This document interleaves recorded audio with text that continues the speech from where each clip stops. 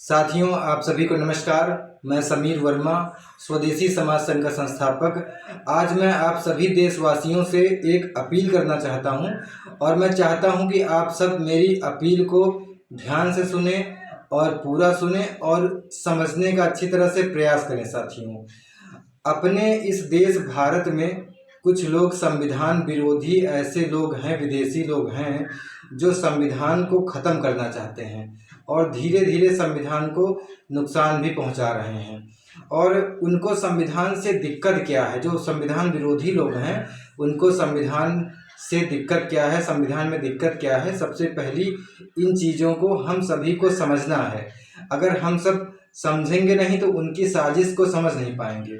उनको सबसे बड़ी दिक्कत और पहली दिक्कत है जो भारत का संविधान में लोकतांत्रिक व्यवस्था है।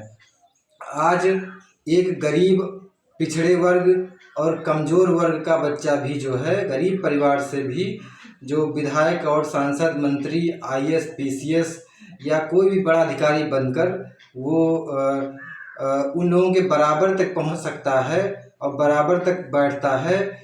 जो लोग, हम सभी गरीब और कमज़ोर पिछड़े वर्ग के लोग, जो उनके केवल ड्राइवर, नौकर, चपरासी, पीए, असिस्टेंट वगैरह होते थे, तो उनको सबसे बड़ी दिक्कत ये होती है कि संविधान लोकतांत्रिक है और वो लोग इस लोकतांत्रिक व्यवस्था को इनडायरेक्ट तरीके से ख़त्म करना चाहते हैं कि जिससे जो है गरीब वर्ग के बच्चे लोग, गरीब वर्ग के लोग भी जो है उनके बराबर ना बैठ पाएँ और उस ऊंचे पदों पर ना पहुंच पाएँ और सिर्फ उनके नौकर, ड्राइवर, चपरासी वगैरह वगैरह बनकर ही रह जाएं। साथियों, तो और दूसरी सबसे बड़ी दिक्कत क्या है उनको? आरक्षण।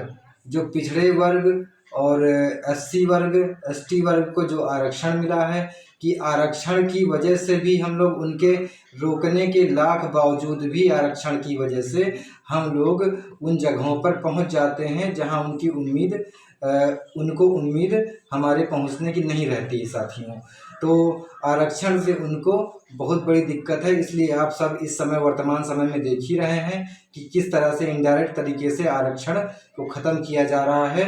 जबकि एक बात आप सभी को जाननी चाहिए कि इस देश के जो उच्च पद हैं, बड़े पद, आईएएस, पीसीएस और आईपीएस वगैरह और न्यायपालिका में जज वगैरह, आज भी 80% लोग लगभग उन्हीं बड़ी जातियों के लोग हैं और हमारे पिछड़े वर्ग, कमज़ोर वर्ग के लोग ना के बराबर हैं। मुश्किल से 15-20% है। जिनकी संख्या 80% है वो 15-20% पहुँचे हैं वहाँ पर, और जिनकी संख्या 10-15% है वो 80% बैठे हैं। सोचिए साथियों, कितना बड़ा खेल हमारे गरीबों, पिछड़ों, कमज़ोरों के साथ हो रहा है।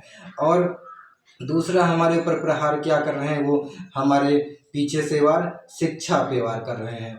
शिक्षा इतनी महंगी कर दे रहे हैं। बड़े स्कूलों में फीस जहाँ 10-10, 15-15 हज़ार, 20-20 हज़ार फीस है, वहाँ गरीब के बच्चे पढ़ा नहीं सकते हैं। और गरीबों के लिए सरकारी स्कूल बनाए गए थे। सरकारी स्कूलों की व्यवस्था इतनी ख़राब कर दी गई है और धीरे धीरे ख़त्म होने की कगार पे सरकारी स्कूल हैं, तो उस पर कोई कार्य नहीं हो रहा कि गरीब के बच्चे पढ़ ना पाएँ। पढ़ेंगे तो जानकार बनेंगे, आगे उनको जानकारी होगी तो उनको पढ़ने ही ना दिया जाए कि अच्छी शिक्षा वो साथियों प्राप्त कर सकें। और सबसे आखिरी जो प्रहार हम लोगों पर क्या किया जा रहा है कि गरीब लोग, उनको रोज़गार ना मिले, बस उनको एक सीमित दायरे में रखो कि केवल जीवन यापन कर पाएँ, केवल खाना उनको मिलता रहे और उसके बाद वो नौकरी ना कर पाएँ या नौकरी में पहुंच ना पाएँ।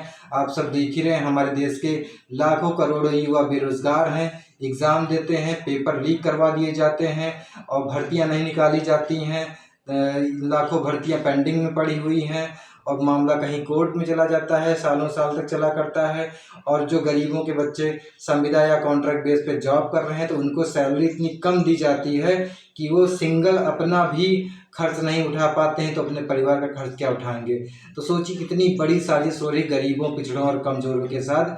या सभी देशवासियों को साथियों समझने की ज़रूरत है और समझने के साथ साथ हमको अपने अधिकारों को बचाने की ज़रूरत है कि जिससे हमारे अधिकार बने रहें और हम सब मिलजुल कर एक दूसरे का साथ दें। हम सब के अंदर कमी क्या है कि हम लोग ये सोचने लगते हैं कि चलो ये तो उनके साथ, उस वर्ग के साथ ऐसा हो रहा है, हमारे साथ नहीं हो रहा है। लेकिन जब कल हमारे साथ बैकडोर से किया जाता है तब वो लोग सोचते हैं कि यार ये तो उनके साथ हो रहा है। तो हम सबको ये नहीं देखना है कि किसका नुकसान हो रहा है। नुकसान आज उनका हो रहा है, कल हमारा भी होगा। इसलिए हम सभी को जागरूक बनना पड़ेगा और समझना पड़ेगा, एक दूसरे का साथ देना पड़ेगा साथियों। और इन्हीं बातों के साथ मैं अपनी बातों को विराम दूंगा। आप सभी को जय स्वदेशी समाज। धन्यवाद।